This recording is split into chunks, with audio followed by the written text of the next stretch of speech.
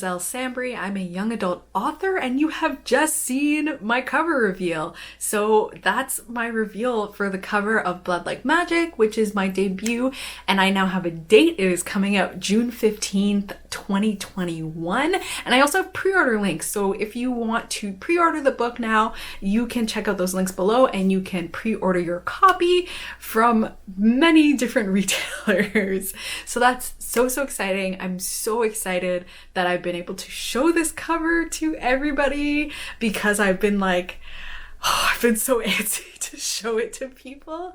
And so I'm really excited. As a little insider breakdown of my cover, I'm gonna put it over here while I do this insider breakdown. So this is the cover of Blood Like Magic. My main character, Voya, she's the one on the front of the book. I think she looks so great here. I love the details in her hair. My illustrator is Thea Harvey, and Rebecca Syracuse did the design. I have all that information below as well, but I love the way she illustrated her hair. It just looks so good. My editor did in fact contact me to confirm my main character's hair texture so that we could get it right. And so I think it is beautiful. I love that she's it's just so good. And the smoke I really love, because there's a part in the book, her ancestor that she's kind of grappling with, since her ancestor gives her this very impossible task of killing her first love or losing her family's magic forever. She's such a huge part of the story, and her ancestor always appears in this kind of curl of smoke and ash. And so I love the way that the smoke is in there, and you kind of have that green. It's sort of palm leaf, Caribbean vibe, which I really love. And the font is great. I love how the little O's are together. So yeah, it's so exciting to have the cover, and that's the little cover breakdown for you. So I'm really excited about having my cover, if you can tell. So in this video, I'm actually going to talk about two things. So I'm going to talk about my process of working with my publisher to get to this cover, talk about what I saw or didn't see, and my feedback that I was able to give and how that all worked.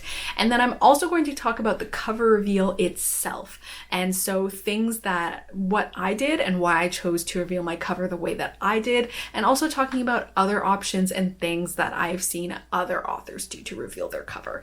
And so yeah, let's get started. My process of getting my cover from my publisher and working with my editor and all of that. So I will say up front, this process is going to be very different based on publisher, and very different also based on authors, even within the same publisher.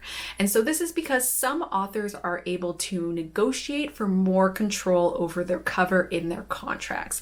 So they may negotiate such that they're able to see preliminary sketches. They may negotiate such that they have more veto power over the cover.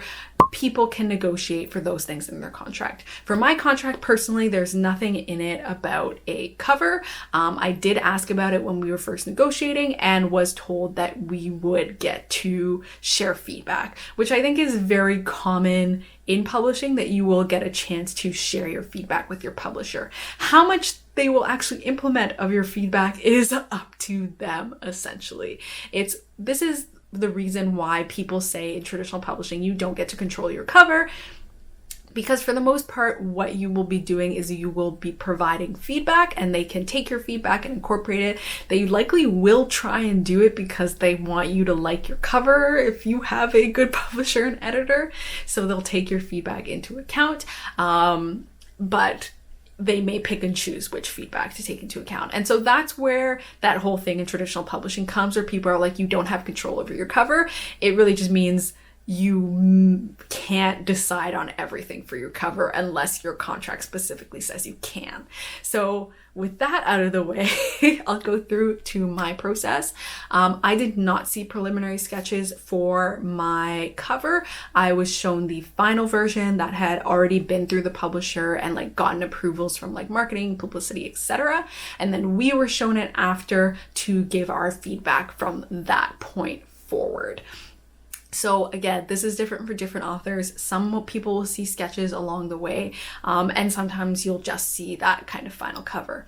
So at that point, me and my agent were able to, we basically like had a discussion ourselves about it, and then kind of decided which feedback we wanted to go forward with and like ask about.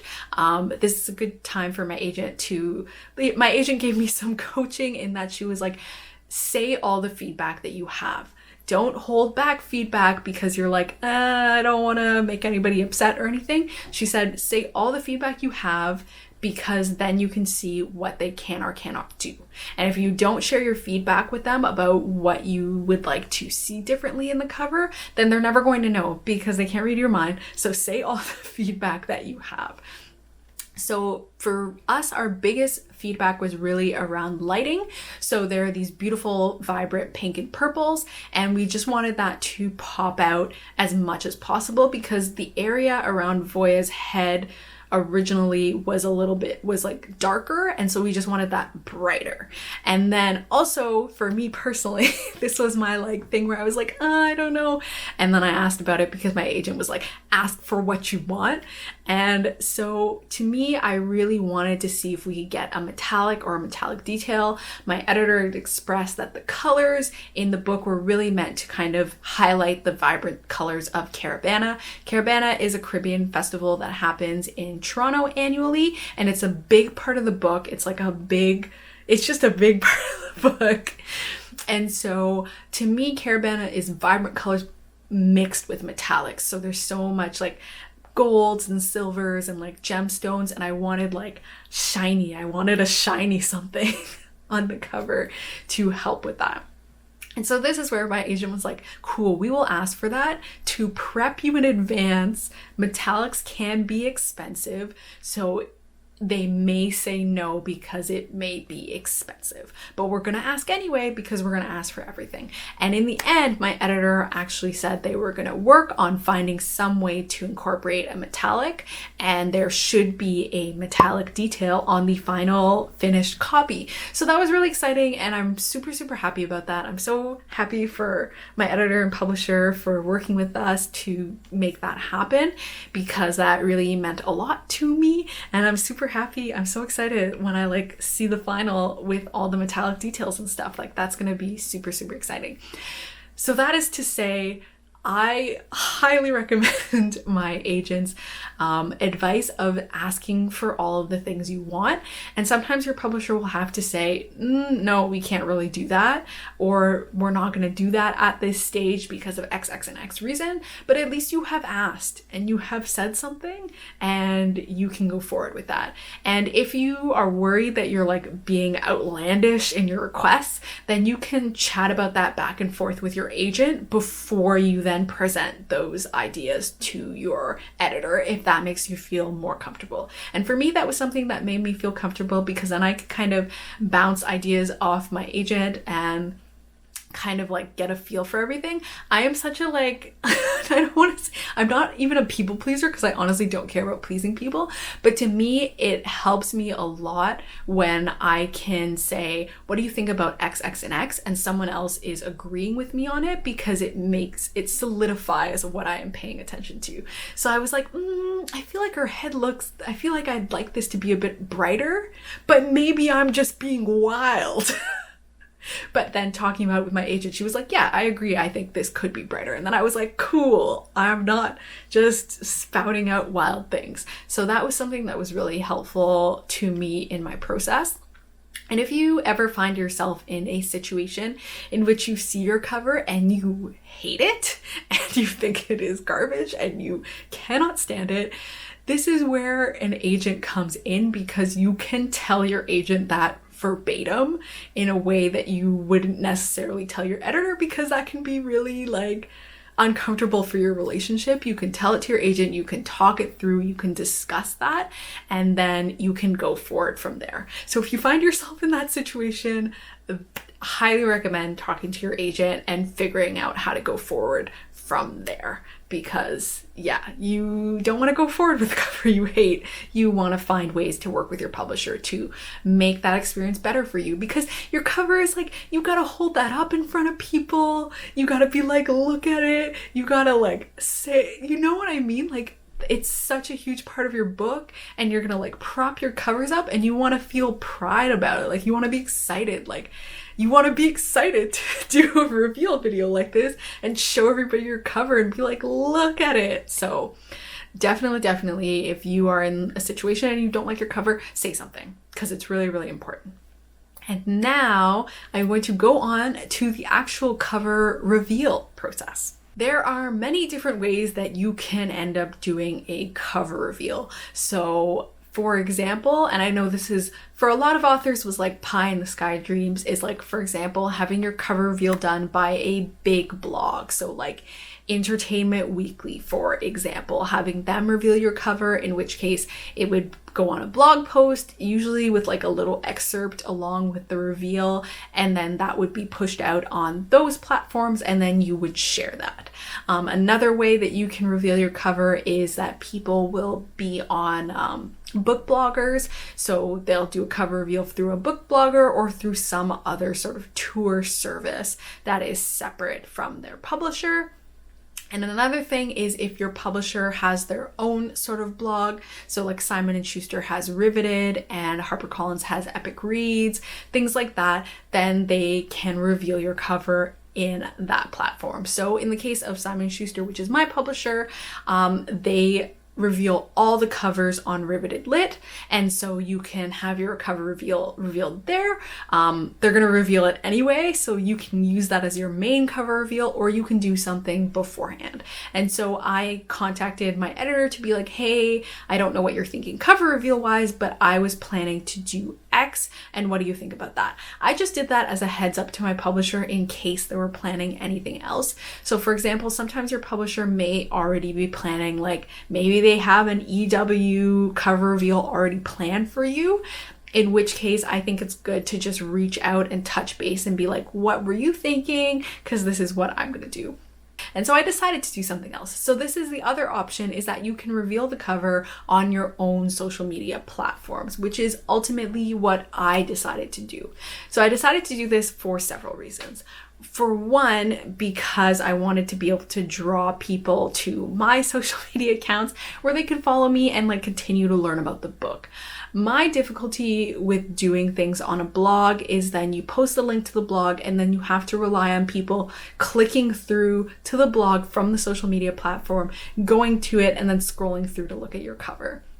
And for me personally, I just felt like from a social media perspective, as someone who's worked in that field, that people don't usually want to leave the platform they're on. They don't usually want to click away and to like go to another place to look at it. And I felt that would only kind of be something I would do if I was going to have a sort of huge platform, for example, like an EW reveal, where because people know it's EW and that it's big, they're a little bit more motivated to click through. And that was my thought process.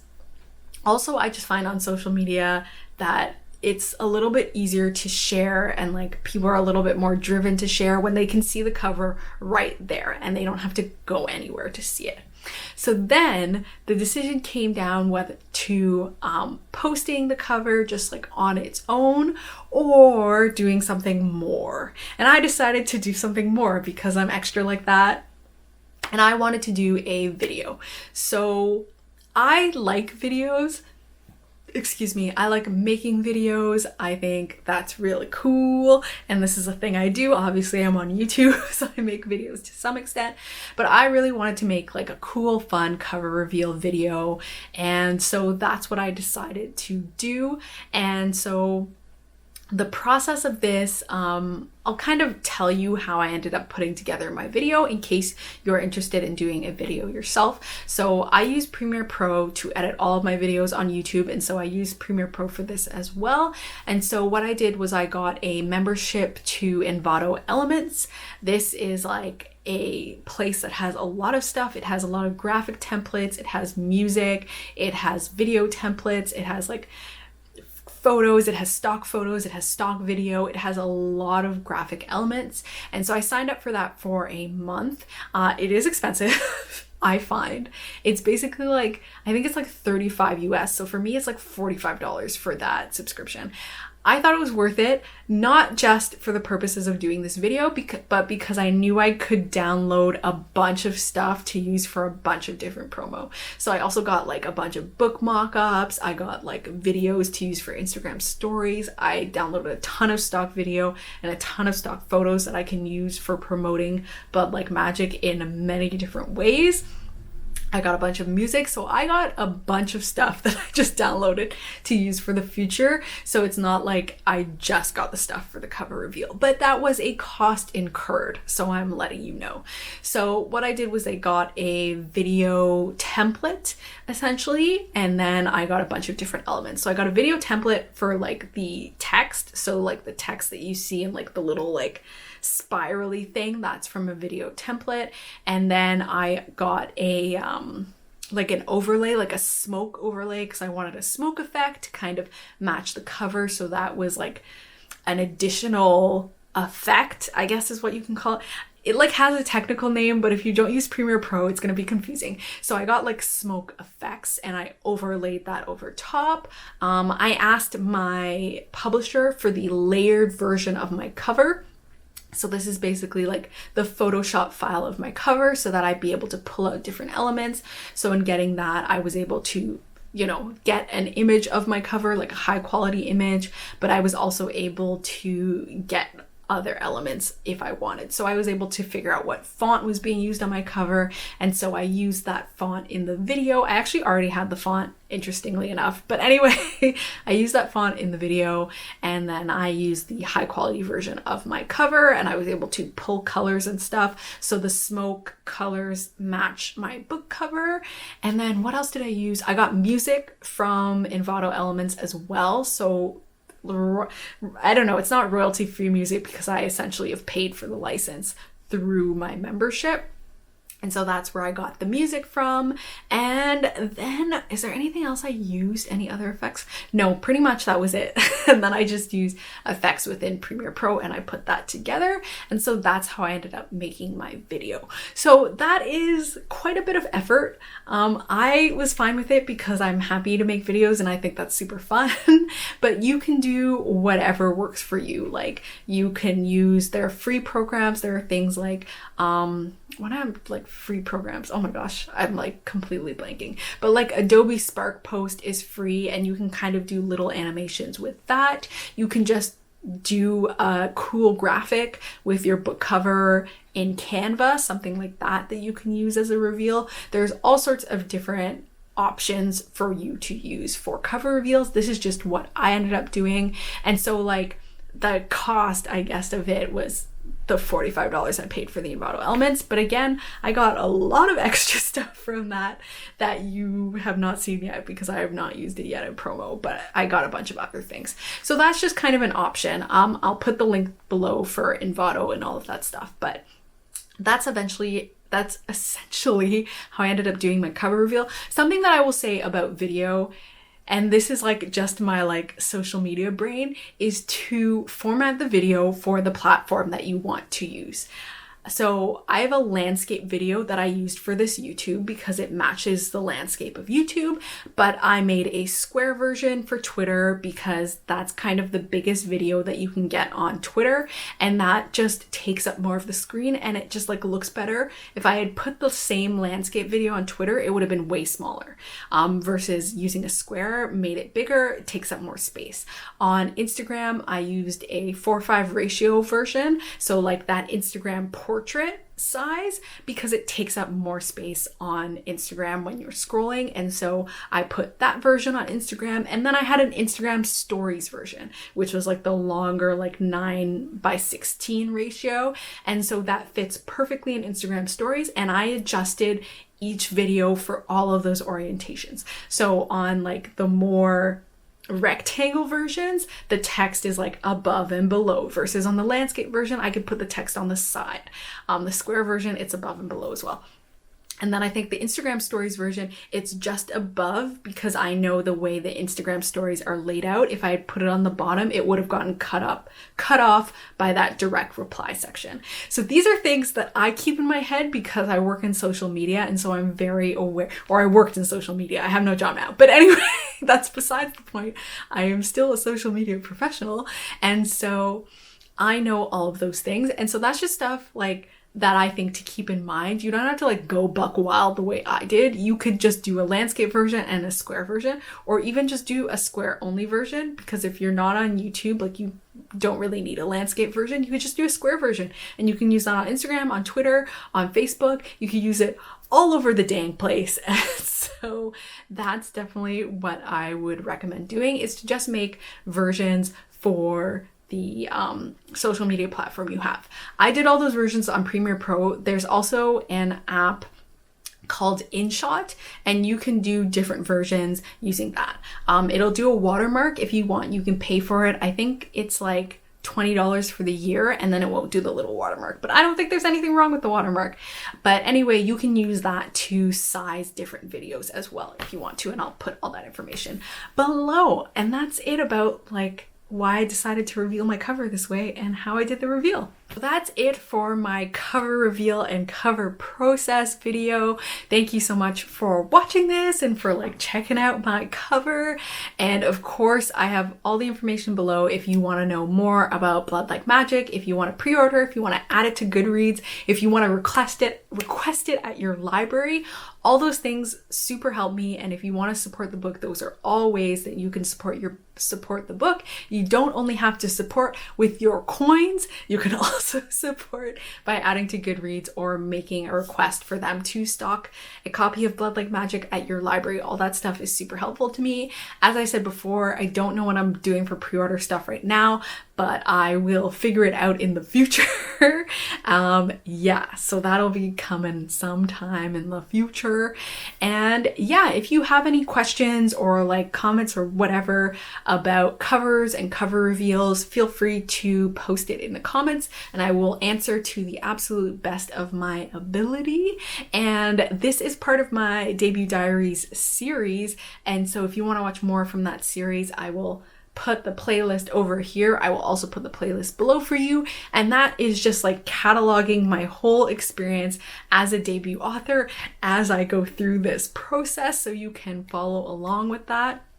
And yeah, if you like this video, please give it a thumbs up. If you haven't subscribed to me already, please subscribe. I post every Tuesday. I have no idea when I will be posting this video as I'm filming because I'm basically just gonna like post it whenever my editor is like, okay, cover reveal, you can go, you can do it right now. So it's basically just gonna pop up as soon as possible after that. So, but yeah, usually I post every Tuesday. And yeah, thank you so much for watching this video. Bye!